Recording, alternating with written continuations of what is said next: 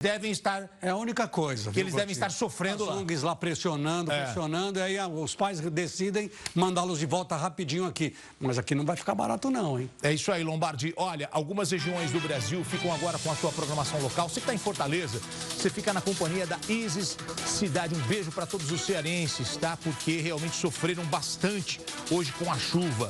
Maringá, quem assume a partir de agora é o William Bittar e aos amigos de Belém, agora Pedro Pessoa. Eu sigo para São Paulo, Manaus e algumas regiões do Brasil. Roda a vinheta, a gente segue. Valeu, Gotinão. E eu sigo agora com as notícias do nosso estado. Está na hora do Cidade Alerta Minas, de volta, desejando a todos uma ótima noite que começa a partir de agora. E eu já vou começar com uma notícia que é uma reviravolta num caso. Muitas vezes a gente fala aqui o seguinte, né? Que quando a pessoa faz uma coisa errada, a mãe, o pai, aquelas pessoas próximas, imediatamente tem que chegar e falar o seguinte: tá errado, você tem que pagar pelo crime que cometeu. Mas por incrível que pareça, nós temos uma mãe que não só passou a mão em cima da cabeça do filho, como teria o incentivado a cometer um crime. E aí eu estou falando agora da prisão, veja bem, de uma mulher que é suspeita exatamente de encorajar o filho a matar a companheira dele. É isso, exatamente isso que você ouviu. Um crime que aconteceu em dezembro, que agora, portanto, tem essa reviravolta. A Graziele Rodrigues, de 24 anos, ela foi morta a golpes de faca por esse homem que aparece na tela, o Juarez Antônio, que era o marido dela, portanto. E segundo a família da Graziele, o crime aconteceu porque o Juarez acreditava que estava sendo traído, uma coisa da cabeça dele.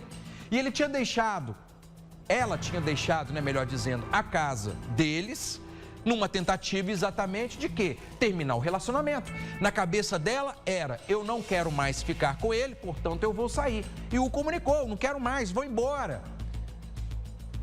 Mas olha só, o Juarez descobriu onde ela estava. Ela fugiu de casa, né? Ela já estava pressentindo o pior. E aí, o que ele fez? Como todos os homens que estão nessa rota errada, faz o seguinte: você volta para casa, a gente precisa conversar e tudo vai mudar. E quando ela voltou, o que ele fez? O pior, tirou a vida dela. O Juarez depois tentou fugir, mas a polícia, né, agiu rapidamente e ele foi preso. Então, dessa história que eu estou relembrando, a novidade no caso agora é exatamente o envolvimento da mãe dele nessa história. É a mãe dele que o encorajou, a mãe dele que chegou junto e falou: faz. Chegou e falou: faz. Tem base uma história como essa?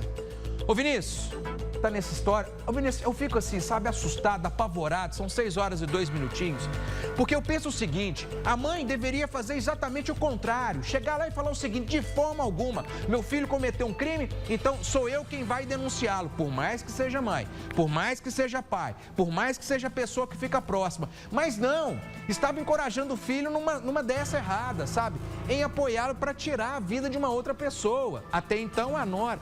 Pelo amor de Deus, aonde que nós vamos parar? Vinícius, as informações que eu sei que você está com a delegada. Boa noite. Moreira, boa noite para você e para todo mundo que acompanha o Cidade Alerta Minas. É exatamente isso. E esse caso, ele mostra bem que o trabalho da polícia, ele não para quando prendeu um suspeito. Ele continua. E por isso essas outras prisões, por isso esse trabalho contínuo dá resultado para tentar de fato entender o cenário. Olha, aconteceu um crime?